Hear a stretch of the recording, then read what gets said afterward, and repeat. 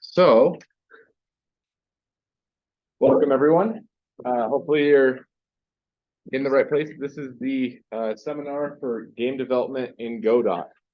Now, a big part of this presentation is going to be audience, asking questions, maybe even giving feedback, and also kind of talking about what you want me to focus on for this presentation. Because there's a bunch of things that I have ready, but it'll be up to you guys to decide what you want me to talk about specifically. So you can either just raise your hand, and if I see, I'll call on you, all that kind of good stuff. Or you can sign in on this Padlet right here. That will make it so that you can just pop up questions on my screen, and I'll be able to answer them, or comments, or whatever it is.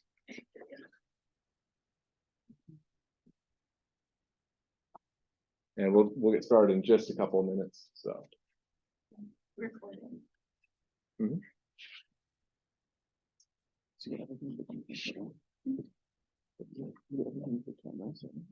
Yes. It looks like somewhere above.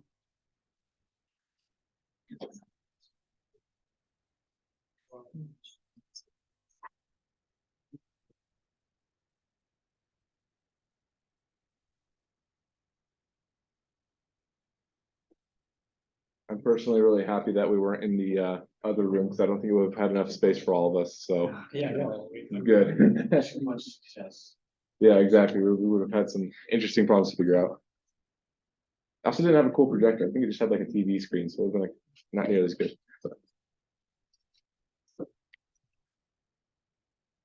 Come on in. Godot, right? In the right place. Okay. Sweet. Yep. So this is just going to be kind of like a general overview of a lot of different features and what you can do in Godot. Part of it is just to get you excited about it, because it's hard to teach like a lot in like basically 1 hour. And so a big part of this is just like showing you what's possible and maybe getting a little bit more familiar with it. And we'll talk about that basically right now. I think we'll just go ahead and get started. Okay. Hello, everyone. My name is Ethan Stringham. This is game development in Godot. And before we talk about the engine and all that kind of stuff, let's just talk about who I am, since that might give a little background and everything.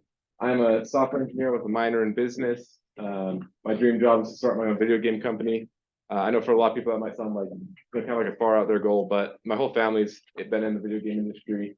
My sisters, my dad, all sorts of people, so I'm pretty familiar with it. And it's honestly a lot of fun. I mean, a lot of programming is making just kind of boring apps or like insurance software kind of stuff, but the video game industry is where the fun happens.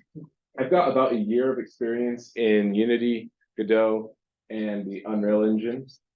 So I'm pretty, I know enough about like each of the 3 big engines. The question I have is like, how did you learn? I kind of just self-taught myself, or I just kind of self-taught because, campuses and stuff like that, and, high school, college, they don't really have classes to teach you how to make video games. If you're lucky in like high school, they have like a programming class, but it's very, very different from game development. And so I just watched a lot of like YouTube videos, listened to GDC talks. GDC stands for Game Developer Conference. They have one every year. And then just read lots of like online papers. At the end of this presentation, I'll put up a little list of like resources you can use if you're interested in learning more. One of those is a series of books about how to make AI, and I really highly recommend that. Now, one thing I'd like to say is that determination really makes a difference when it comes to making video games. I know everyone kind of has like their dream game they'd love to make. Of like, I want to make the ultimate fantasy open world MMO RPG. I mean, everyone can dreams about that kind of stuff. And maybe one day you can make that, but not at first. And so being able to choose a good scope, maybe let's start with like making asteroids or Pac-Man or something, and then being determined to acknowledge that you're going to fail along the way and say, okay, I didn't successfully make the game this time, and I need to kind of like restart. I have a personal hobby project called Salvage Runners that will hopefully one day be a really cool extraction-based shooter similar to Tarkov or Modern Warfare DMZ that I've worked on for the past couple of years. And I'd say I've probably restarted that project about 5 times and in several different engines. And that's just staying determined, because each time I get a little bit further and it's a little bit more like, oh yeah, now I understand what I'm doing.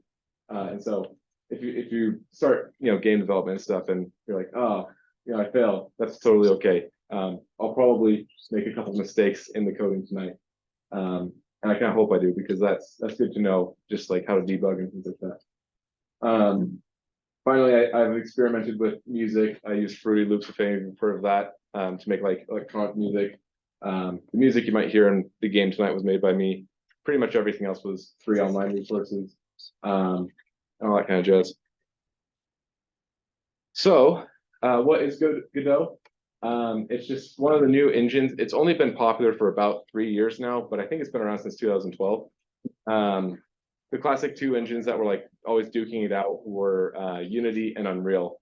And they both kind of have their own, communities and what people think about them. But Godot is quickly becoming the like number 3 kind of the big triangle of which engine should I use. So one thing that people get very heated about, I found out, is whether you pronounce it Godot or Godot. It's honestly fun to say either way. I asked the devs of the engine what they thought, and they're like, yeah, this is just this is the English way to say it, this is the French way to say it. And then there's some people who call it Godot. So yeah, if you ever hear someone refer to it as Godot, they're kind of weird, but I mean, technically that's fine too. So something that makes it different from other engines like Unity or Unreal is it's entirely open source. And so people are always just, making more contributions to it. And what's nice about that is any game you release on this, you don't have to pay any royalties. You don't have to pay any kind of fees. With Unreal, after $1 million, after $1 million in money made from the sales, you have to start paying 5% royalties, which is honestly pretty generous. And then Unity, once you start to make money, you have to buy these like seats for each employee you have. And so it can be somewhere from like a couple hundred to several thousand a year per person. Another advantage of Godot is that it's really, really small. Last time I installed Unreal Engine, it was like 50 gigabytes. And it's a beast. I love Unreal Engine, but it's sometimes it's really big and it's kind of hard to run sometimes. Unity's a little bit better. It's like 5 to 15 gigabytes depending on what you have installed. But Godot is 50 megabytes, and so that's like super awesome. I mean, if you like were to download it right now, you could do it in like a minute. So that's what I really like. One of the last advantages I really like of Godot, it has its own IDE inside of it, and we'll look at that tonight. But you don't have to use anything like VS Code or anything like that to start coding. You can if you want though. And then finally, it uses its own special script called GD script. We'll be using that tonight. If you prefer C#, you can use that as well. It's a slightly different process, but it does support C#. I personally like to use both. Simple stuff uses GD script because it has great features in there, and then more complex stuff that needs to be optimized, I use C#. Okay, sorry I talked about how it's kind of relatively young engine. One thing real quick, I recommend, like, I've used all 3 of these pretty heavily. I also use another engine called Game Maker. It's not as well known, but it's relatively popular too. And when I talk, especially on my forums and stuff, people always say like, okay, we've used all 3, which one's the best?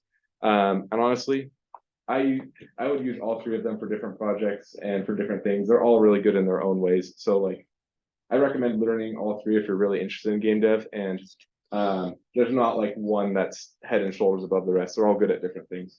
Godot in particular, I really like for 2D and prototyping smaller projects. It's just got a lot of great features for that. So one thing that's different from a lot of other game engines and just kind of programming in general is that Godot uses something called nodes. And nodes are a little bit tricky to wrap your head around at first, but they're really powerful once you understand them. Basically what a node is it allows like traditional games and stuff, you like build the level, you build the player, and then you build like the particle effect, and those are each considered different things by the game engine. And they're just kind of separated and they work differently. Godot doesn't really put that kind of restriction on you. So anything you want could be a level. Your player could be a level. It'd be kind of weird, but you could. The particle effect could be a level. all that kind of stuff. And so it gives you a lot of flexibility. One of the ways I use it that I can in other engines is I can make like 2 levels and then just kind of like spawn the second level in the middle of another level and change things up really crazy. And so that's an advantage of nodes in Godot. Last thing before we jump right in is going to be what GDScript is like. It's basically Python. It's honestly easier than Python. So if you know Python, you're going to be good. It has a feature called signals. We won't focus on that too much tonight, but basically it's a way you can transfer data around through different scripts easier. And then like Python, since you can't really access pointers easily, just be aware of that. It's sometimes you need pointers in game design. And that happened to me a while ago and it's kind of annoying, but yeah. So, yes, so before we jump in, project management. How do you structure / organize a project and its required functionalities to not become overwhelmed? How do you maintain that organization during project development when you inevitably find more and more requirements? Okay, that's a really good question. And I don't think there's necessarily a perfect answer for it. From my personal experience, what I like to do is if it's just me working on the project, I just dive in and work on the first thing I can think of. Like when I built this demo I'm about to share, I think the very first thing is that I just made the player, made a move around. I knew I wanted that. I didn't know what else I wanted. And I kind of just like thought, what's fun? And that's a good way to build when you're doing it by yourself. Right now, my family's trying to start a project that might eventually make its way onto Steam, but we're in the planning phase right now. And the way we like to do it is if you know, like kind of agile methodology, instead of like coming up with like specific requirements, like the player must jump, the player must be able to look around, the player must be able to, I don't know, pick up items. Instead, what we do is we write user stories. So what do we want the player to experience? So it'll be like Bob, who's playing the game, his character is going to be able to walk down the hallway and he'll turn the corner and he'll see the scary, I don't know, painting or something, and maybe it'll scare him a bit and he'll keep walking and then he'll, pick up a weapon and fight the evil blob that's living in the walls or something like that. We find that's a lot better of a methodology for game design because a lot of it is trying to figure out where the fun is. And so when you tell it more like a story than a hard requirement, you can be like, oh yeah, that actually does sound fun. Have like the blob pop out of the vent or something. And you're like, you have to, you spray the water on him or something. A lot more entertaining than like, the really boring requirements that you see in software. So, hopefully I answered that question well, by the way. If you have a follow-up, you can send another one. So let's go ahead and look real quick at this demo project I made. We're just gonna go ahead and play through it once and kind of just take some time to like look at everything on there. Maybe think about what you're most interested in learning about tonight. And then I'll ask you guys, I have like a little cheat sheet that we'll look at of things I can teach. And we'll kind of just like decide what we want to focus on, look through that, discuss it, and then move on to another thing and so on until we're out of time. So, all right. Unfortunately, the Zoom thing's like right in the way. Okay.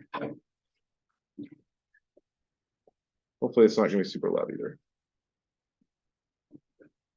So right here, I made like a simple little cinematic that took only like 20 minutes. We've got a boss fight here where that's happening. There's a little bit of damage there. We've got health.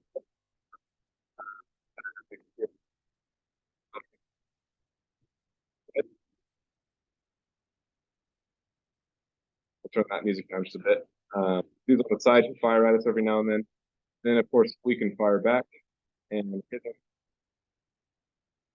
Might be a slight visual glitch there. That's just the idea of presenting. And you can see we've got like a little thing in the ammo corner. We fire, the bolts pop off, and then we reload. And that's generally the main thing. So we can get this program a way to move. That's embarrassing if I lock my own game. So that's the general gist of this little demo. So here's kind of like a list of the main elements that went into designing this. And I'll just kind of open it up for you guys. Which ones would you like to learn about first?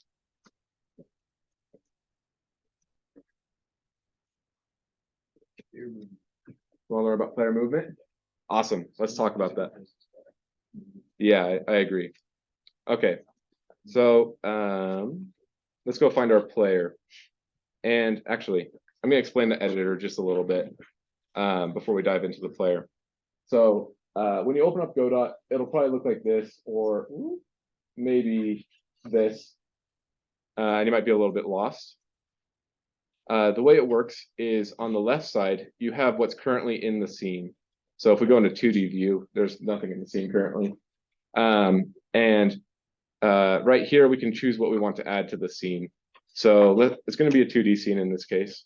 We can click this, and then we can add more scenes like so. Maybe add another node 2D, and then we can see this is like the parent of that. And we'll be working with this a bunch tonight. Down here is the file system. So everything that is in the project is stored in here somewhere. And you can even open it up in your file manager if you really want, kind of look through here. As you can see, like I got the song in there, I've got like the sprites, everything like that. And we can just access our stuff right there. Anything that says .tscn, that stands for something. I know it stands for scene. I don't remember what T stands for, but that's basically anything that we build in here. So like the level, our character, all that stuff is TSCNs.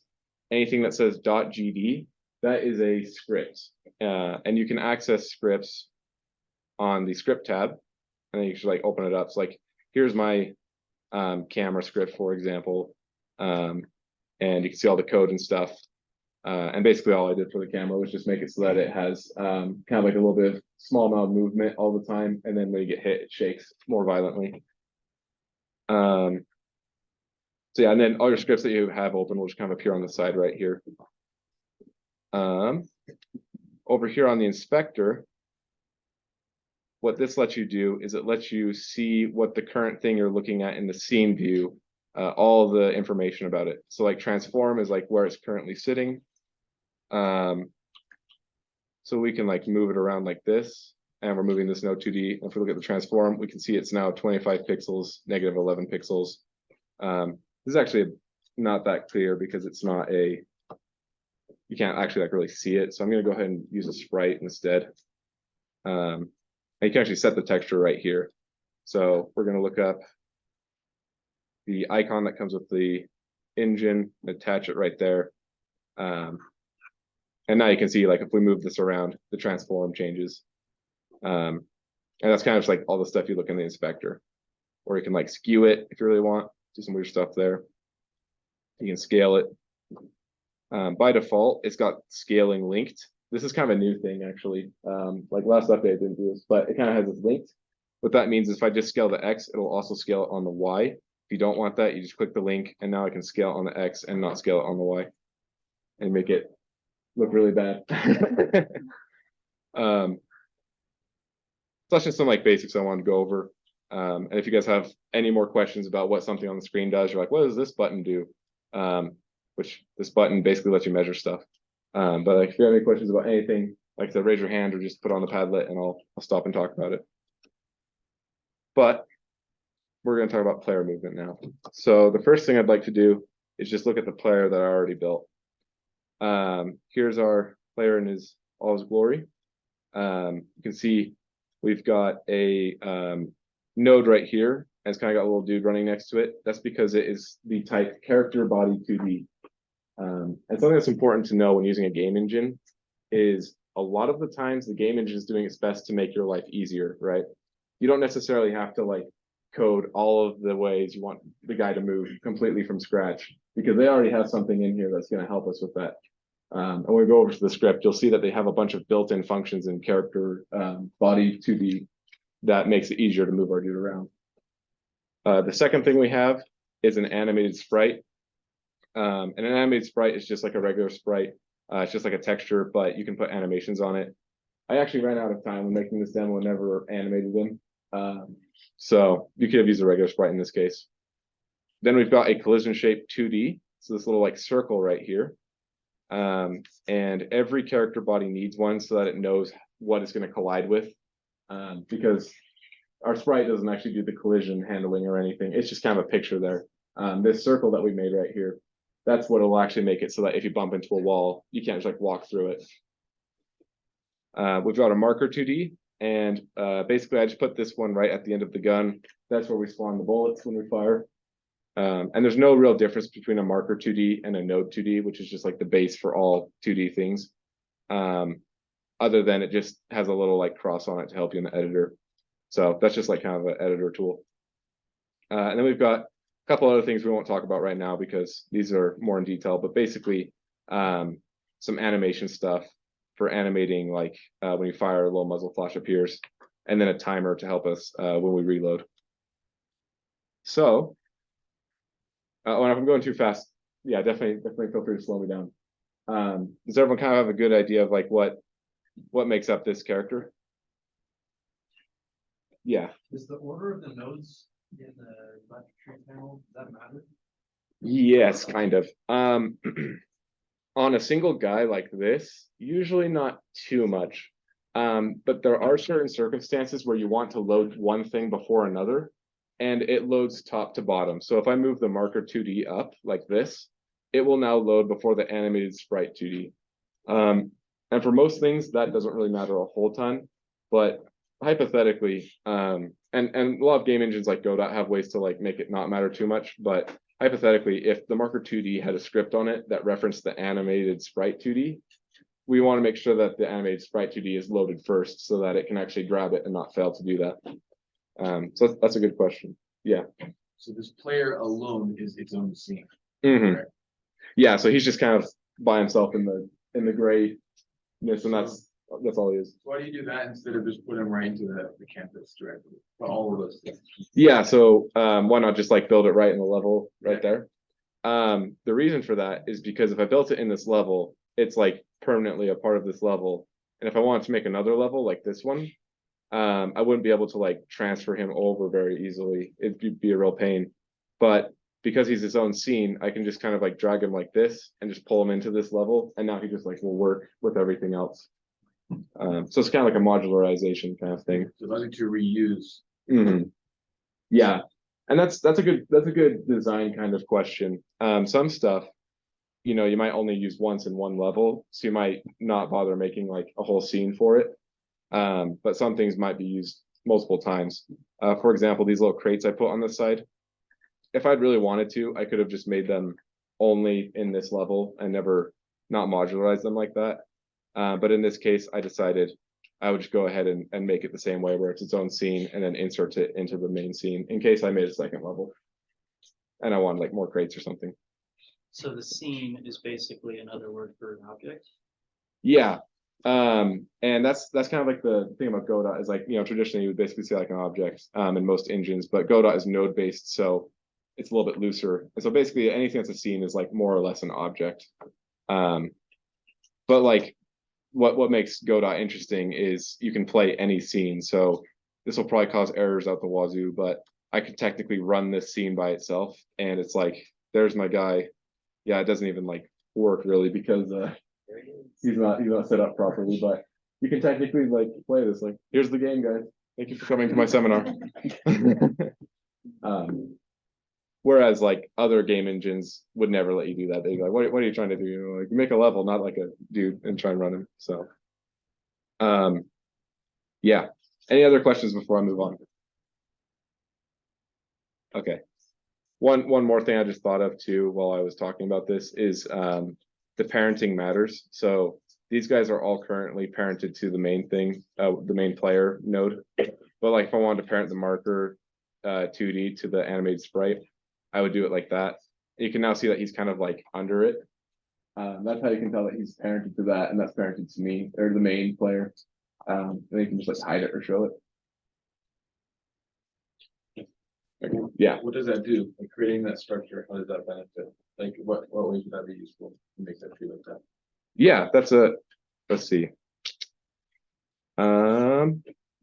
So there's a bunch of different reasons you'd use it. A really simple reason is just to clean up your file or your scene look so that it's not like super messy. You can kind of see right here, like there's just a lot of stuff and it's kind of hard to tell what's where. But I have all the trees just under one node because otherwise this would be like a lot longer to browse through. And so I just put them all under this single node to make it easier to read. And it actually can also do some things like if this is parented to this guy, if I move, whoop, it wants to move something else. If I move oh, it's because I locked it, that's why. Okay, you know what, we'll just figure that out in a second. Sorry, it wants to move anything but this. Okay, wow, it really wants to move everything but this. Let's move it through code. If I like move this like 20 pixels to the right, you can see all the trees shift. And that's because they move with their parent. So in this case, we probably don't want our trees to be moving around, so we just leave it at 0. But on our player, we want the sprite to move with the body and things like that. So whatever something's parented to, it will move with its parent. And then another reason that you sometimes do that is just because you want to be able to access it easier. Like technically, this camera doesn't have to have the screen shake timer attached to it, but it just makes it easier in the script to grab the screen shake timer because it's already a child of it. And we'll probably talk about that more in detail. But yeah, hopefully that answers your question. Okay, so first thing we're gonna do for the movement is we're just gonna kind of look at it in the player that already exists, and then try and make our own version of it in just a second. So there's a lot of stuff in here. Obviously, this has a lot to do with all sorts of stuff that we're not dealing with right now. But the only thing you really need to know is I have a constant that I set right here called speed. And this will just make it so that if we wanted to change the speed later, we don't have to go all the way into this code and look through a bunch of stuff to change the speed of the character. We can just change this right here and be like, okay, let's make him a little bit faster, 450, and just kind of trial and error to see what feels right for the speed. Oh, awesome. So I got a question. How do you make the sprites? Good question. So I didn't really make the sprites for this one. I just kind of got them online.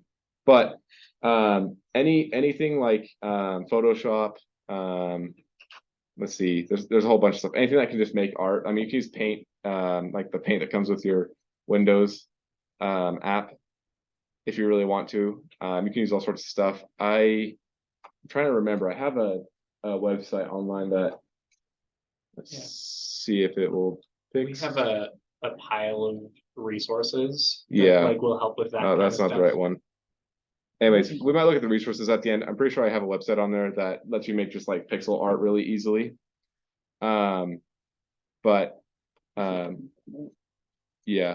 generally speaking, anywhere you can make art, you just basically want to save it as like a ping file or anything like that. You can do ping, you can do JPEG, just kind of depends on what you're going for. And then you can just drag it into the sprites folder or whatever folder you want. In this case, when I originally boot up a project, it only has just the resource folder. So you can just right click to add new folder and just go from there. So like I just like drag these ones in and you can see there's the little dude himself. I don't actually know if I put it in that one.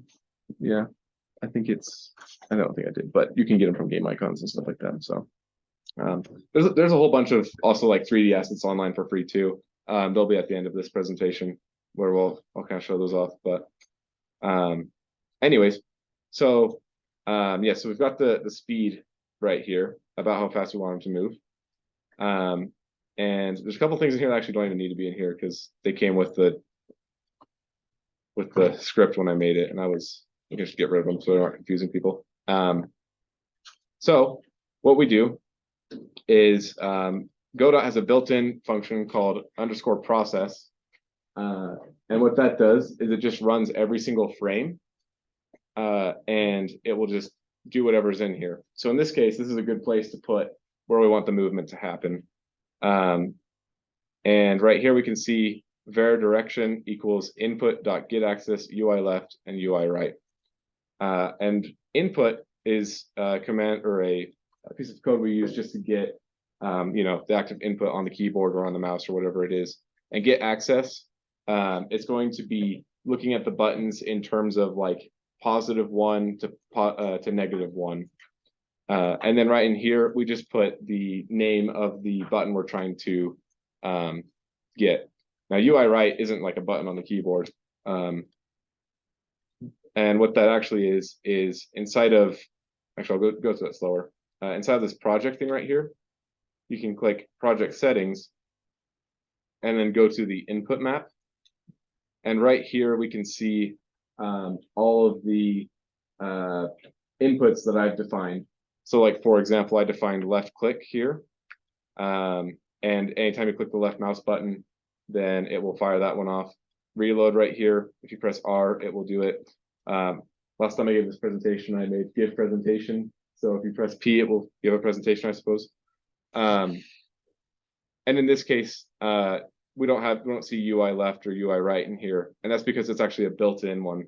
And I could have just as easily typed right here like move right, and then bound it to a key. So just like listening for inputs, let's do D, and now you can see right there. I could have just easily have done that, but in this case, the engine already has a few that you can just show right here that already take care of that. So UI right will be fired anytime we click D, use the joypad button 14, which is D-pad right, or right arrow key, I believe. I think that's what that one is. So that's how you can like add new buttons for your game. And then you just access them just like this. So in this case, UI left, that key is bound to -1, and UI right is going to be bound to +1. Same thing with UI up and UI down. And what we're doing is we're getting that direction. And so inside of our scene, we can see our character, which kind of like dragged in here, is sitting right here. And if we move him up, we can see that it's taking him into the negatives. So negative or Y is positive down and negative up in game engines. I don't really know why, that's just the way they do it. And then X is negative to the left and positive to the right. And so if we just took that right there and added it to our velocity, then technically we would be moving whenever we're holding these buttons, but it would be like really, really slow because it's like 1 and -1. So that would be like 1 pixel per frame. And that's not very fast. And so instead, what we do is we're just running a simple if statement saying if v direction is not 0. So we're clicking a button either up or down. Then we just simply make our velocity, which is a built-in variable inside of our character body 2D, and timesing it by speed. And so that's where speed comes in. It makes our guy much faster because now he's going to be like 1 × 450. So he'll move around a lot faster. And then if we're not currently pressing a button, we use another built-in function called move towards, and it does it pretty much just makes it so that we move from whatever the first thing we put in there to whatever the second thing is. So in this case, we move our velocity.y to 0 at the rate of speed, which is nearly instant. But it makes it so instead of stopping like instantly, your guy kind of like slides a little bit, and that tends just to feel good. A lot of what you do in game design is just making things feel good. Like I'm sure you guys have probably played, like a parkour game or something where all the movement just felt really fluid and really good and stuff. A lot of it is through kind of tricks like this, or like really clever camera movement and things like that to make it feel more fluid. And then same kind of thing with the extra velocity. Just do that. And then at the very end, we can ignore this line. That's for firing. We have a command called move and slide, and this is built into character body 2D. And all it does is it just takes whatever the current velocity is set to. So we're setting the velocity here, and handles all the movement for us.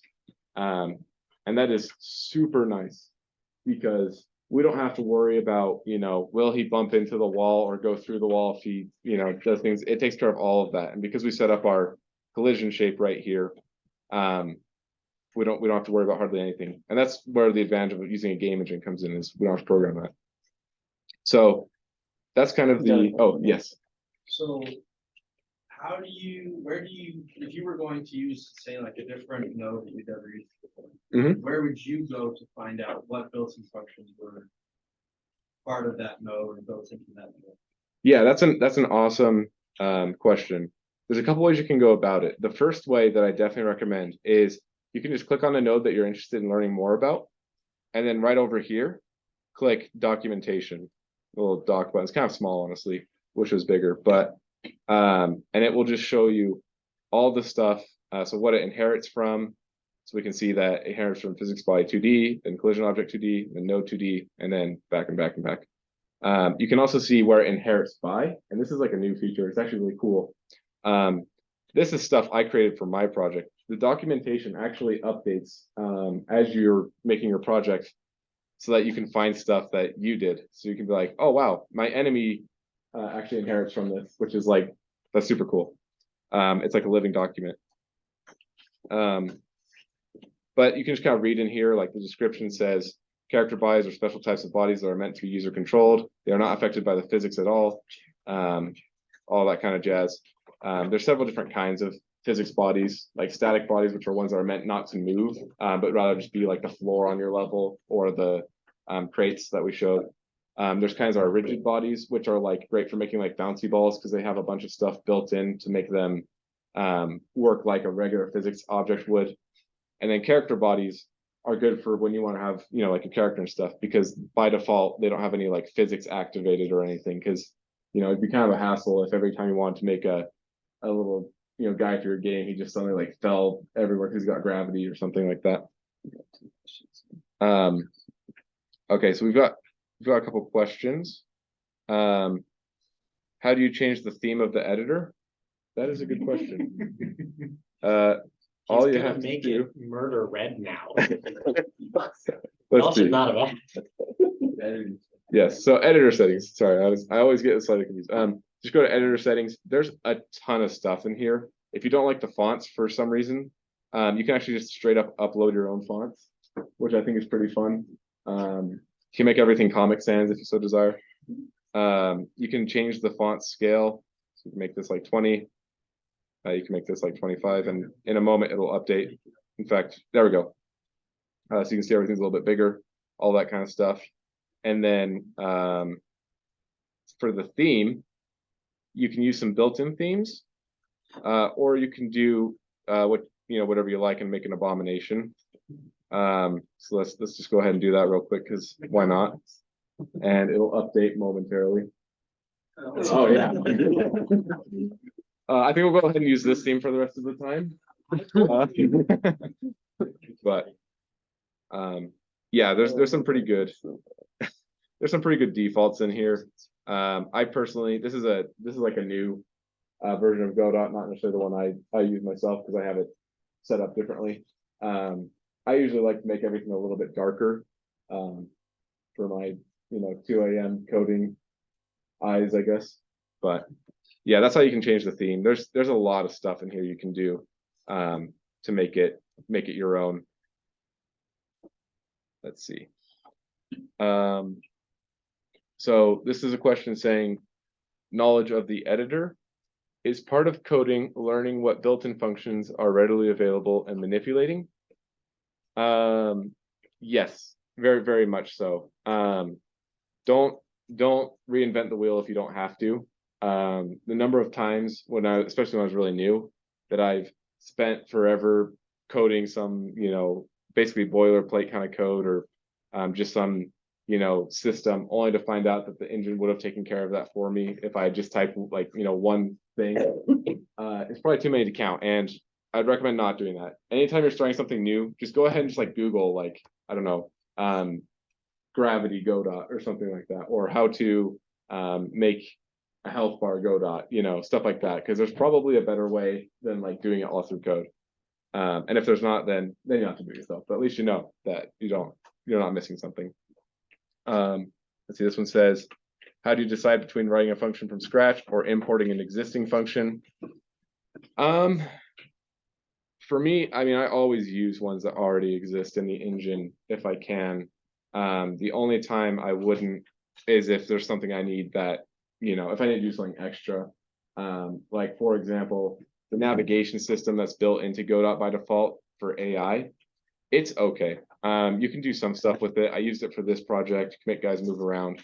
But if I was making like a fully fledged game, that was more required, a lot more fancy stuff like AI being able to crawl through the vents or something like that, I'd probably just write my own because the default, AI that comes with Godot is only, okay.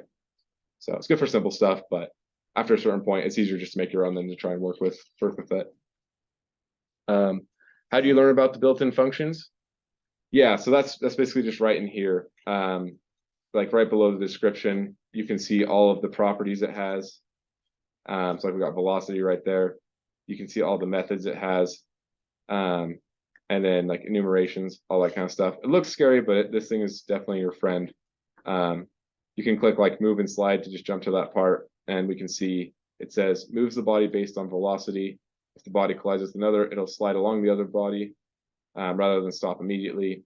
Blah blah blah. It kind of gives you ideas on how to use it. And usually, if you're still confused, there's a lot of tutorials on YouTube and stuff like that that can help you explain, a function or a node really well. And that's where I did most of my learning is on YouTube or on like websites that were like learn Godot, stuff like that. You can also go to docs.godotengine.org to learn about anything you want. You can just kind of search in here like navigation, and hopefully there'll be something about that. Let's see. Yes, they have a page on like navigation system, and then a bunch of just like simple guides like 2D navigation overview. So if you want to make a guy walk around, we can use a system like A-Star 2D, or we can use their navigation server 2D, go through there. The online docs are really helpful as well. And you can always access them inside right here when you're in the help tab for search help. When you open the help tab, there's online documentation right there. And if you want to just search help in general on inside of Godot, you can just type that or click that button and then just type in what you want. So like, let's say node 2D, and then just open it and it will tell you right there. So yeah, that's a general overview of just like how you like learn more about the editor. You'll spend a lot of time doing this because you just don't know what you don't know, so you just gotta kind of look around and stuff like that. I really like Godot because it's very well documented. There's lots of tutorials for things. If you decide to use an engine like Unreal Engine, it's a little bit of pain because a lot of professional companies use that, not a lot of indie developers. And so a lot of these professional companies aren't putting out tutorials or anything for people outside their company. So there's not a lot of like videos on how to do some of the more complex stuff, and that can be frustrating. But with Godot, lots of people make free tutorials on YouTube and stuff like that. Okay, so assuming no one has any more like questions or comments or anything, let's go back to talking about that movement. So we've kind of gone over how we do that, and now let's just make it from scratch real quick. So I'll just close that because we don't need that. We'll start at basically ground zero with a new scene. So as you can see, nothing's here, and we need to choose what the root node will be. So that's like the main node for the scene. We'll go ahead and click other node. And this is what it looks like if you don't have anything in the search bar. And we could just kind of go through it like this and search for what we want. But we already know we want a character node 2D or character body. When you first start working, it doesn't hurt to just kind of like go through this and just see what's out there. You can look in the 3D section if you want to be like, oh wow, what's a visual instance 3D? Then maybe read the documentation on it. But we'll go ahead and do character body 2D. Like that. And now we see it's just right there. It's not something that's visual because it's not like a sprite or anything, so it's just kind of invisible, but it is right there in that spot in the world. And you can see it's complaining at us. And it says this node has no shape, so it can't collide or interact with other objects. Consider adding a collision shape 2D, all that kind of stuff. And basically, what that means is we just need to add that collision shape we talked about earlier. So we'll look up a collision shape like that. I know the collision shape's mad at us. And it says a shape must be provided for the collision shape to function. What does that mean? We just gotta come over here and create a shape. Now, we used a circle for the first guy. Just for the heck of it, let's use a rectangle for this guy. So now we can see his little collision shape right there. And wherever we collide with, it'll stop it and not let it like pass through. Oh, yes. Yes, sorry, for anyone who just barely entered, if you want to use the Padlet to upload questions or comments, you can just do it right through there, through that little QR code. And while I got this up, does anyone have any general questions about Godot? Anything like that? Yeah. So how are our scripts organized? Are they coupled to a node, or do you just make a script file and use it that way, or how does that work? Yeah, so script files are totally separated from the nodes. Multiple nodes can use one script. You can just attach and detach them as you wish. I'll show that in just a second. And then generally speaking, they usually inherit from another script. So at the very top of the script, you'll probably see stuff like extends node 2D, things like that.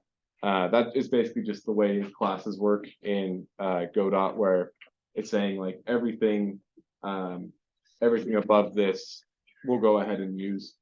So you'll have all the functionality of node 2D and like character body 2D, stuff like that.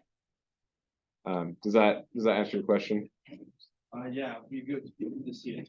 Yeah, I think we'll just go jump back in now and take a look at that. So, for example, back in the player script, we can see right here, it says extends character body 2D. This script will just have all the functionality that character body can offer. And if we wanted to, we could make it extend another script we have.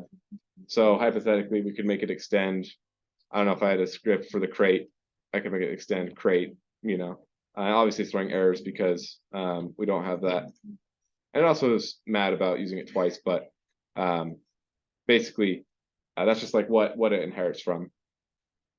So do you have like all your scripts in a folder in the file system, or? Yeah, so you can just see them. I didn't really do a great job of making the file system clean for this project because it's so small, but you can kind of see like there's the enemy script right there, and then there's the enemy scene right there.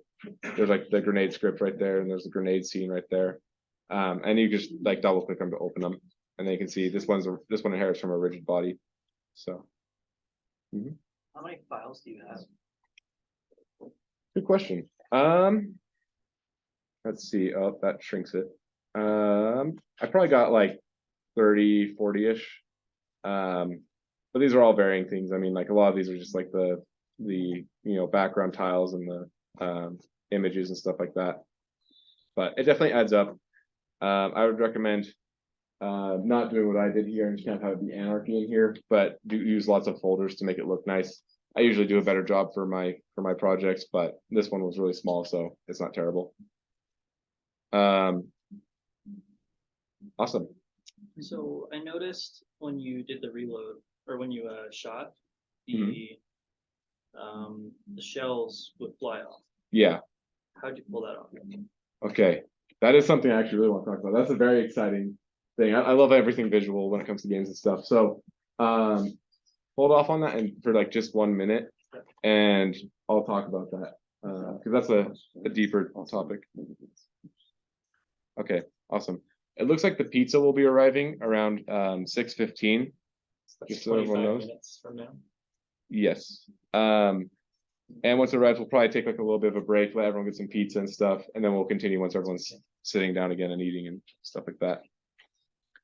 Do you feel like knowledge from Godot is transferable to Unreal? Yes and no. What like code you'll write exactly will vary from engine to engine. Like move and slide isn't in Unreal. Rigid body isn't handled the same in Unreal, or character body, all that kind of jazz. But just knowing basic things that will help you in inside of making games all that game design knowledge that you'll get will definitely transfer. You'll kind of get familiar of like moving around and editing in scenes like this. This usually like the actually building the level part is pretty similar. I feel like once you learn one, it's kind of like learning programming languages. Once you learn one, learning another one is as easy as just seeing the differences and you know going. It's not terribly hard to switch engines, but like the coding and side, like coding side stuff might be totally different. Unreal, for example, it uses a lot of visual coding, which is something that is outside the scope of this presentation. But generally speaking, a lot of Unreal, you don't actually code with like traditional coding. You actually have little like nodes that you connect, and it's kind of trippy, but you should look into it. It's called Blueprint if you're interested in visual coding. Can I do what? Oh yeah. And looks like we got one more question. So it says, can you mix different script languages in the same project, like GD script and C#? Yes, and I totally recommend doing that. Once you've got an environment set up for C#, which is a little bit more complicated than using GD script because you do need something external like VS Code, to the best of my knowledge. You can just have some be GD script stuff and some be C# stuff. And I really recommend doing that because if you're making a serious project, let's say you want to make a zombie game and you want to have like 500 zombies chasing you at the same time, that is really taxing on the computer. And you're gonna have to use some clever techniques to make that less expensive. And that's a very deep topic you can dive into, but there's stuff online about that. You can just look up like zombie optimization, video games, stuff like that. But the first thing I would do is not use I wouldn't use GD script for that. GD script is a very good language. It can do a lot of cool stuff. It's slower than C#. Just like Python is, I think, like 1 or 2 orders of magnitude slower than C++. It's kind of the same thing. So if you're running code that's going to be ran a lot, especially by like a lot of things like zombies, you want it to be as fast as possible. So C# would be the better choice in that one. Something like the health bar, for example, GD script has a lot of built-in functions that make that health bar function easier. And since speed doesn't really matter for that one because it's going to run really fast either way, you would use GD script. So GD script for the simple kind of game developed things, C# for the things that you absolutely need to be fast. I was wondering if you can pull the script window. Oh, okay, that's an interesting question. I actually don't know off the top of my head. If you can pull the script window out, so like kind of like make it its own little thing. There probably is a way, honestly. There's like a lot of features. I know you can do this and just kind of like push everything out of the way. And then like, I don't know why the animation thing's open, so if we do that, it's a lot bigger. And then you don't have all that stuff on the side. So I know about that. You probably need to do a little bit of Googling to see if you can do like the pop it out and make it its own thing. I bet you could though. Use an external text editor. Yeah. You can use other stuff too if you like as well. If someone else is wondering if they have no features. Okay, so yeah, so does Godot have VR features? It does. And I have not used them because I don't own a VR headset because I'm a poor college student. But one day I will, and I will definitely develop in VR. Obviously, with VR, you're going to be using the 3D side of Godot because I don't know, someone can figure out how to make a 2D VR game. Hit me up. That's a cool idea. But it sounds like it'd be really mess with you. And so you just use like the 3D stuff. It's relatively the same kind of pipeline of like just do exactly the same way. Like you still use a camera 3D, they still see through that camera. In this case, I believe it's actually I think it's actually this XR camera 3D is the special one that's set up to work in VR better. Yeah, a few overrules for AR and VR applied, such as location tracking. So as you can see right there, there's like a camera that's set up for VR. One thing about anyone who wants to do VR development, it's a really fun and new kind of thing. The market's a little bit niche since you have to have special software or hardware to use it. And the most important thing to know when you're making a VR game is every frame counts. You want that frame rate to be as high as possible, because the second you dip below like even 60 frames per second, you're going to make people puke. And while I haven't developed in VR, I've like seen projects that are currently in development and stuff, and I'll put on the headset. They're like, yeah, we haven't quite optimized it yet. And you're like, oh, that doesn't matter. You're like riding on a roller coaster or whatever, and then suddenly it dips to 5 frames. You're like, oh, just like vomiting all over. So you want to use art assets that are simple, have low polygon counts. It's like an artistic side kind of thing. You want to use code that's really lean and fast. That's why you haven't seen a lot of really big like VR games, like Breath of the Wild and VR kind of stuff. Although I was surprised if someone modded that at this point. How they did Skyrim in VR, I don't know, but yeah, so you need to get high frame rate. Okay. Someone's wondering the differences between the engines. Yes. So why use Godot instead of Unity or Unreal? Totally depends on what you want to do. Godot is by far the fastest to get something working and just going in. Unreal and Unity have been around longer, so there's a lot more like libraries you can purchase or art you can purchase that works directly with it for making a game. And so that's like an advantage there. And sometimes Godot is missing a feature that more mature engines have. And that can be annoying, but that's changing pretty fast because Godot gets updated like crazy. I think, like I said, for smaller stuff, I like to use Godot because it can just get off the ground really fast. You just have to write a few lines of code and like you're there. This whole project took like 300 lines of code to write, which is tiny for how much is going on the screen. Whereas with like Unity and Unreal, usually there's a little bit more involved to get up and going because they don't have as many scripts that are super helpful, or their pipelines are just built around a little bit more of a long-term thing. For example, in Unreal Engine, by default, any textures and sprites you put in the file system, it will automatically upscale to 4K because that's like the new hotness and all that kind of jazz. But 4K can like quadruple the size of each file. So it's not unusual for you to make like a new project, and in the first day, it's 5 gigabytes, just your project alone. And so, whereas with like Godot, this thing is probably like 20 megabytes. And so it just depends what you're trying to do. Unreal is a really, really deep hole to fall into. It takes years and years to get good at Unreal. I've been doing it for a year and I barely know anything. It's got a lot of really cool tools, but yeah, if I was building this in Unreal, it'd probably take me a month instead of 4 hours. And that's honestly pretty good time.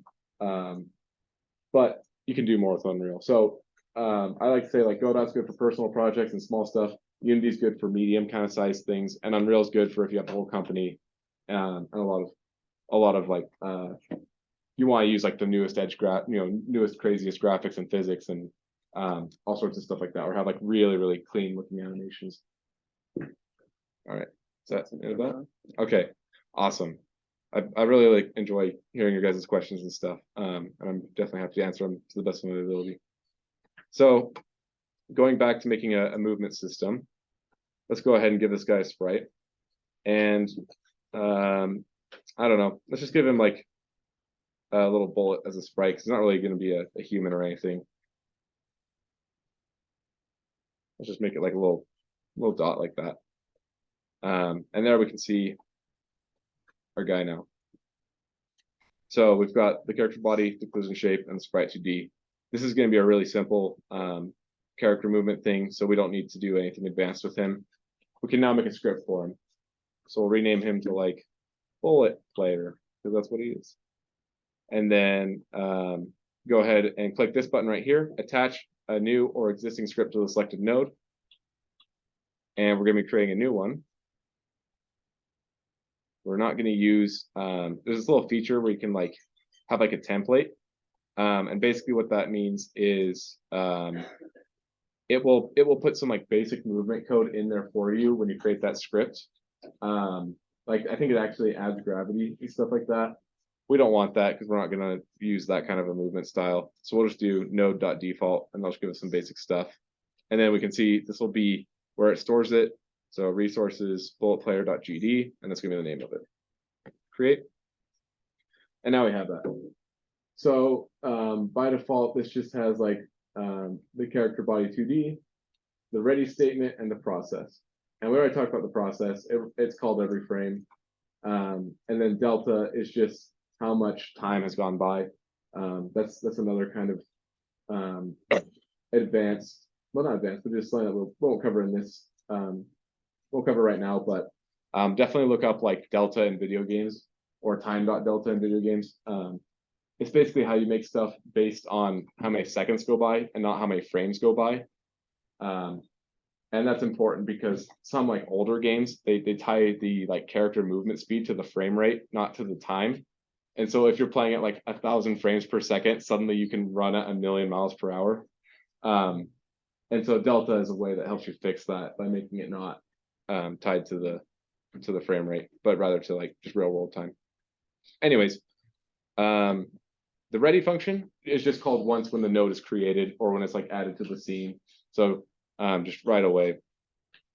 But we're mostly just making movement. So we'll go ahead and add that const once again, so that constant. And we'll name it the same thing, speed. And we'll make it equal 500 because we want this guy to be a fast guy. So there's that. Then we'll go ahead and do var direction. And then he'll equal input dot get axis.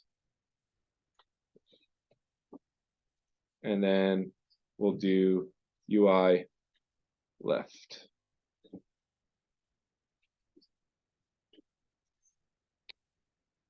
And sorry, we need to put UI right as well.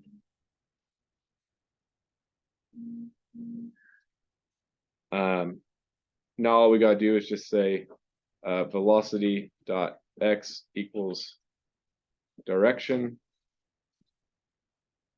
Oops, one arc or something else. And then move and slide. And let's go ahead and save this as a scene. We'll do bulletplayer.tscn and throw him in our test scene. So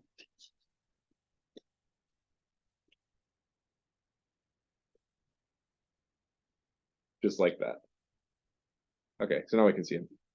And if we go ahead and run this scene, nothing happens. So let's figure out why.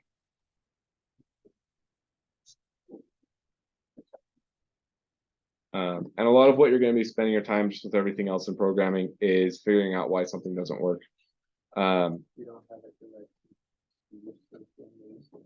Yep, I think that's probably what was wrong. So if we do that now, and if you do need to debug, what you can do is you can just click on the side here and you get the little red dot.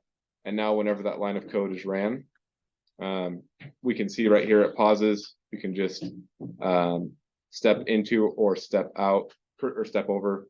This is pretty, basic debugging stuff that they hopefully teach in some of the classes. And we can see what's happening. But we shouldn't need that in this case. So, oops, I accidentally played the player. So let's go ahead and go back into our test scene. Now that we've got the speed, and yep, there we go. And that's just like some basics of movement right there. So we just grab the axis and then just times it by the speed, and we can move it. If we want to move up and down, we do what we did earlier. And once you have that, you have like 8 directions of movement, because if you hold like W and A, you'll move diagonally like that. Okay. Yes. What language is the standard version of Godot in? GD script. Mono has both. GD script just is only in standard, or it doesn't have C#. Is this program good for making app games for like a phone? Yes. I've done that in this before. Basically, phone games in general are a little bit harder to make than you'd think, because you have to jump through a bunch of annoying hoops. Unity, I would say, is the easiest one to make apps in because they just have this online or this app you can get on the phone that you just plug it to your computer and then it will just like download the game every time you like change the game. And that makes it really easy to just like make a change, play it, test it, go. No other engine like Unreal or Godot has that as of yet. I think all engines will eventually get that kind of a feature. It's really nice.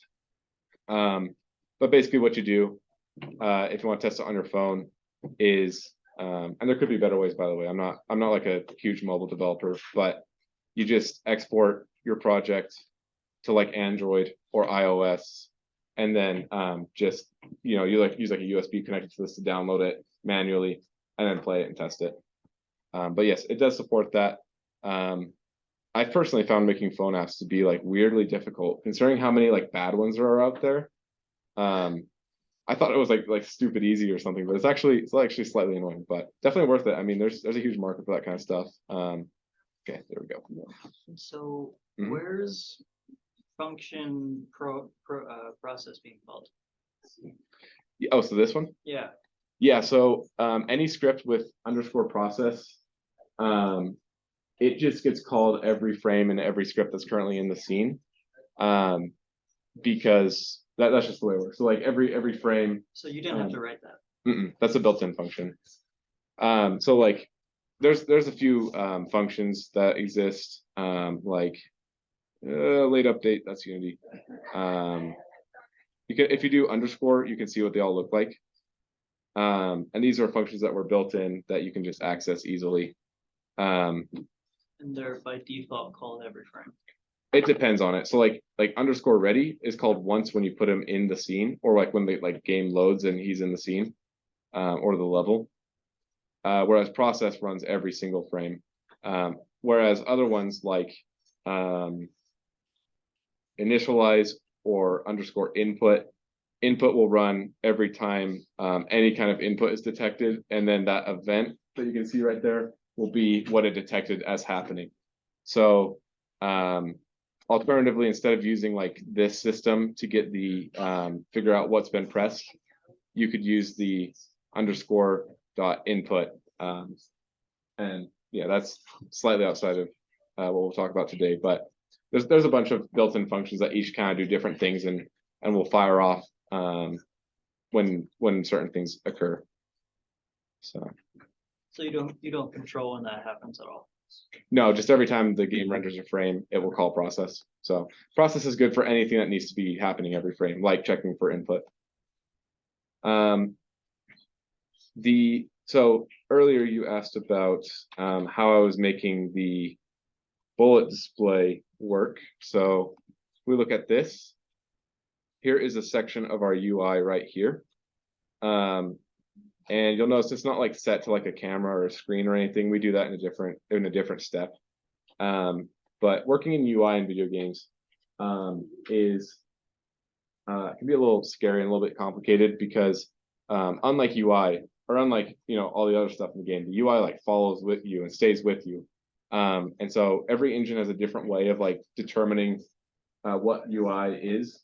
In this one, they just have nodes called controls, and everything that inherits from controls will be a UI thing or part, work in the UI. So for this one, we just have like a control right here. Oh, it looks like the pizza's here, so we'll stop in just a moment. We have a control right here that's just like the root of the scene. Then I have a color rect, which is just the little like background. It's just a built-in thing. You just change the color. We could make it like white if we wanted, but I just made it black. And then a VBox container. And basically, simply put, the way Godot handles UI is there's these things called containers that you can just add children to. So this is the child of it. And it will like lay them out. So a VBox stands for vertical box. So if I add another bullet, so I'll just like duplicate this one, you can see that it just gets like positioned automatically and placed automatically. And if you want to look into like a lot about UI, definitely like watch some tutorials because it's a pretty deep subject. But generally speaking, there's several different kinds of containers that you can use. like we can make a horizontal box, so it will add them like this. If you want to be like a grid, like your inventory, you would use a grid container, so you can have it, you know, kind of like Minecraft style. You can use flow containers, which I believe it like kind of tries to like fill in through like diagonally. It's a little bit weird. And then there's other containers like center containers that just keep it in the middle of whatever you want it to be, instead of like being in the top corner, stuff like that. This is a very, very like deep subject. Very cool one though, and definitely essential for most games. But just kind of, you can just kind of look through this and look at all the documentation on it and watch some videos to get a pretty good idea of how to use it. As for the animation part,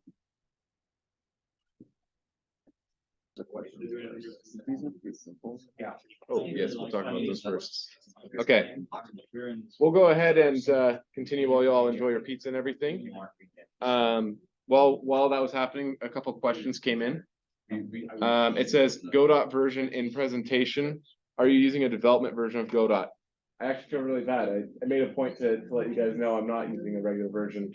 I'm using Godot 4 beta 5. There's a beta 6 out now, I believe, and there'll probably be a beta 7 out by tomorrow. That's something I didn't talk about at the beginning. I meant to. There's basically two versions of Godot right now. Godot version 3 and Godot version 4. Version 4 is still in beta, but it's like infinitely better in every way. And I prefer it. It's like the new version. It's been in development for like 2 years now, and it's just about to come out. I think end of this year it's coming out. So I decided to show that one instead, because there's a lot of like changes in like the code and the way it looks and all sorts of stuff. And that's going to be the norm in pretty much no time at all. So if you're going to download Godot, you want to make sure you get the Godot 4 beta version. And at the end, I can help anyone who wants to get that version. But basically, you just go to the news page, click on like the news article for that beta, and then they have a download section you can grab it from. But yes, Godot 4 is way better than Godot 3. Godot 3 is kind of outdated at this point a little bit. It has some problems, so I recommend starting on Godot 4 beta. It'll be the main one that you download very soon, anyways. The next question is it's titled AI, and it says how to AI. That is a very good question. If you want to learn like some like theoretical stuff that's kind of a little on like the deeper end, there's a website called GameAIPro.com. Will it let me go to it? Let's see. Control click. There we go. There's a website called GameAIPro.com. This is a little bit technical, so it's a little hard to read when you're new, but I definitely recommend it. There's 3 books, and they're all free online. You can just read whatever chapters you want. This is like if you want to learn like some serious AI stuff, like how do we make the zombies from The Last of Us? The devs wrote an article on that. I've read this one. It's actually super cool. They talk about programming, the senses, things like that, and like how they want them to work, all that kind of jazz. It's technical. It's not specific, so it won't tell you like exactly how to do that in Godot. If you want to do that in Godot, or just like something that you can like apply right away, just look up like making your first AI and Godot tutorials and stuff. They'll be pretty simple. There's kind of a gap of intermediate tutorials for AI out there, just because it's a little hard to like turn into a video series that a lot of people will watch, because it takes a lot of hours. I mean, they probably had a whole team just dedicated to making the zombies in The Last of Us. I don't want to take too much more time, and so I'm not sure if we'll have time to talk about how I made the AI in this project, but basically a really high level concept I'll explain really fast for AI is you just have to make the navigation region. So this is the navigation region right here. I intentionally didn't put any like obstacles in the way because I didn't want to have to worry about that. But basically you need to make a area that tells it what obstacles are in the way and what area he's allowed to move in. So this, and then I just kind of have some little paths I created that are just these little dots around that he'll just move between. And yeah, we don't have too much time to go over like the depths of that, but basically if you want a good like starting point, just look up navigation mesh in game engines. And I'll talk about like this little thing of like making the area you want them to be able to move around in. Okay, so yeah, the last thing we're going to do today is just talk about this animation that I made for this real quick, and then I'll basically give a couple last thoughts in general about game development, and then we'll have kind of just like a Q&A. You can ask me anything you want, and if there's like something like a more detailed question you want to go into, you'll just be able to come up and ask me that. So, animating in Godot is a lot more fun than any other engine I know of. Other engines, you have to use like an external tool, like Blender, Maya. If you're doing 2D, like Photoshop, you have to make like frames and stuff like that. And you still do for some things. Like this player, if I wanted to make him animate, I would still do like the traditional thing where I create a new animation on the animated sprite and like make it like reloading animation. And then like, drag in like a different frame of him, and then like, just swap between the two frames, kind of stuff. But there's also another way to animate using the same kind of node. We use something called animation player. And this is honestly Godot's biggest strength in my eyes. You can just take anything and make it animate. And so what I did for the reload is I simply have this animation window open. And while it's open, you can see there's all little keys next to like everything. What that means is it allows you to turn something into a keyframe. And a keyframe is just where you want that variable to be in this moment of time. So this animation runs for 1 second. And for this VBox container, the little black container in the background, we just have 3 keyframes that I chose. You can see them right here in the bottom. Sorry if it's a little small. I don't know. Oh, well, I was going to make it bigger. That kind of zooms in, but you can see the little dot there, hopefully. Basically, what it does is we can see at time 0 in the animation, we want it to be at 0, 0, so right where it was at the start.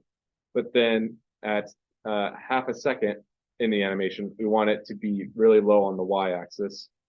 And then at time 1, we want it to be back where we started. And what that does is, if I can do this, there we go. What that does is if we just kind of scrub through this animation like this, you can see there it goes down and there it comes back up. And that's like the very, we have an animation now. I do the same thing with the, let's see. Oh, sorry, that's a color rect right there. The VBox container, which is containing all the bullets, does that as well. And they just both go down and go back up. I then use a function called reload display halfway down. So once it's out of the vision of the player, so while it's down all the way down here, and that's just a function inside of the bullet display manager that I can call from the animation right here. And basically what it does is it just makes new bullets appear. It deletes all the bullets that are currently in there just for simplicity's sake, and then just refills it up to 12 so that the magazine's full again. And so you can call functions all you want inside of animations, and that's how they like link animations to things happening. So like if your guy swings his sword, that's how they make it in games so that it looks good and not like, the second you swing you do damage and then the sword comes by. Novice games like the ones you find on itch.io tend to not do that, and like it's really gross. So usually like you make it so that when like in the middle of the swing animation we call it like do damage function. And then the last thing I'm doing, which is the most cool one, is making that visual effect appear, right? That little like bullet flying off. And we're gonna have to dive into a whole nother realm for, let's see, just a second. I actually should see if, yes, okay. I actually put it in here. Every time we fire our gun on our player, we tell this node to run this function called fire right here. And I don't know why this comment is there because it's not accurate. It does not run every frame. And what it does is it just takes a particle that I've pre-built, spawns it, puts it on this and like gets it all set up and just puts it right there on the top, and then plays it. And so a dirty little secret about that bullet flying off is it's not the same bullet you actually see. What I actually am doing is these are just like sprites basically that don't do anything. And when you fire, I just take whatever one's in the bottom and delete it. And that's what makes it look like it's going up in the magazine. So it's just like deleting the bottom one. And so it looks like, going through. And then at the top, so right up here, I spawn a, let's see. I spawn a gun display particle. And this is a GPU particle 2D. Every engine has particle systems. That's how you get like these cool things, like when like you're in a racing game and you like turn your wheels really hard and suddenly sparks fly everywhere. That's particles. A lot of the times in like shooters, when you're shooting your bullets, the bullet isn't actually like really a thing. It's just a particle system of just a really fast moving little like blip. And they're actually just seeing if you hit anything with a ray cast. Which is basically just saying like, hey, is there anything in front of our gun? Then yeah, I got hit. That particle usually actually isn't doing the damage. And it's all just visual effects. And smoke and mirrors kind of stuff. A lot of game development is smoke and mirrors to make it feel immersive, even though it's really, video games by nature are unrealistic. And so you try and make it feel realistic with these kind of things. Anyways, what we're gonna do is I'm gonna just change a couple things about this so that we can see it in better action. But I basically just built a particle effect. And if we just turn it on, this is what it looks like. And so as you can see, the little bullets fly off and they just kind of do their thing. And it's really fun. And so every time we fire, we just spawn that little bullet effect right here. And I normally have it set so it only shoots once, but it will just kind of fire this off. And then once this disappears down here, so eventually it'll disappear. It goes down kind of far. Once it disappears, it just deletes itself. And then we just keep going.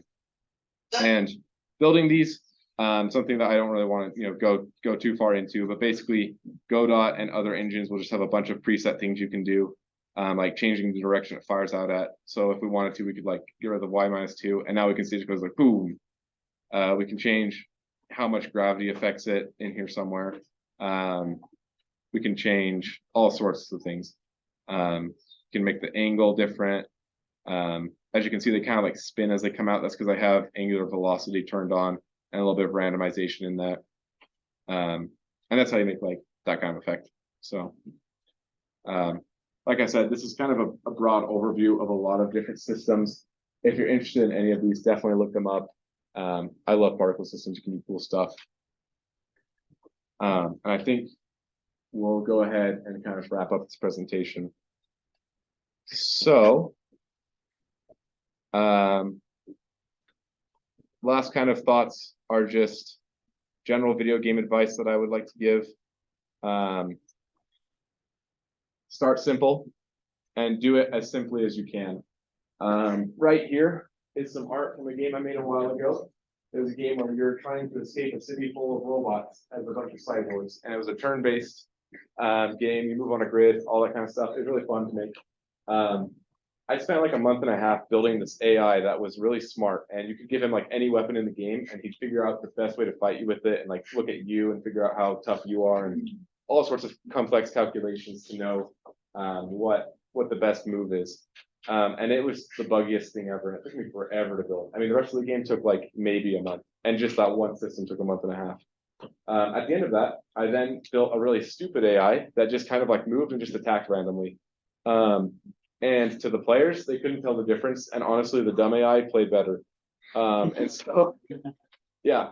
And so the lesson in that is don't overcomplicate things. If you can do it in a simple way that's a lot faster, just do it that way. And then later on, if you really decide, I really need this AI to be super smart, then you can do it. But when you first build it, do it the easy way. And iterate as you go. I kind of said no open world MMO. I want to make an open world MMO one day too. Well, maybe. I don't really know about MMO, but open world. But those are pretty complex. So it's always something that's a lot more possible to do. play to your strengths, not necessarily what you enjoy. I don't know if you guys played the new Modern Warfare 2. I think the animations for those guns look so good. Like, I really love when games have that. But I'm not an animator, and I probably never will be. And so, make games that build up what you can do. I'm a really good coder, so I'm going to make games that are code heavy, like turn-based, that's 2D. Not one that needs those really cool animations to be fun. And then this is just kind of a little tip. You want to learn more about game development and how to make good games? Research game loops. A game loop is just the simplest thing that you do that's fun, and try and do that as much as possible. A really famous game is the new Dooms. Those ones, they realized that the reason people buy and play that game is to kill demons, right? And so they made everything about killing demons core to the gameplay. If you want to heal, you got to punch the demon in the face. If you want to get more ammo, you got to flamethrower the demon. They made everything about fighting those demons. And that's just one example, but game loops are super important. If you do it well, it'll make your game way more fun. Okay. Last thoughts, what can I learn? The help tab I talked about, the online documentation, looking at YouTube videos. The Godot has a official Discord that you can ask questions on. It's hit or miss. Sometimes they'll put something on there, you get a immediate response. Sometimes you put something, no response. And sometimes some guy will harass you. Why are you doing it that way? So I still recommend trying it in case you ever need specific help, but it's hit or miss. And then here is a link to a bunch of resources that I find super useful. You can scan this if you want to get a full list on your phone, but these are all great things. Like this one, you can get a bunch of tutorials on how to make cool VFX. This one is a bunch of music and sound effects. This one is 3D objects. GameIcons.net. Once you know about this site, you'll slowly go insane because a lot of games use game icons. It's good stuff for level up trees or just UI elements. I can't tell you how many times I've seen a AAA or AA game have assets from GameIcons.net. Kind of funny. But yeah, lots and lots of good stuff in here. And other than that, that's everything for this presentation. If you want to ask me any questions that are more maybe deep drilling down or want something, you're welcome to come up now and just kind of talk about that. Otherwise, you can stay until 7. I think that's how long we have the room. Get more pizza on your way out. Oh, no pizza gone? Oh, pizza's gone. Wow, you guys were hungry. All right. Well, you can get one of those little marinara things if you want. And other than that, that's all. Thank you for coming. So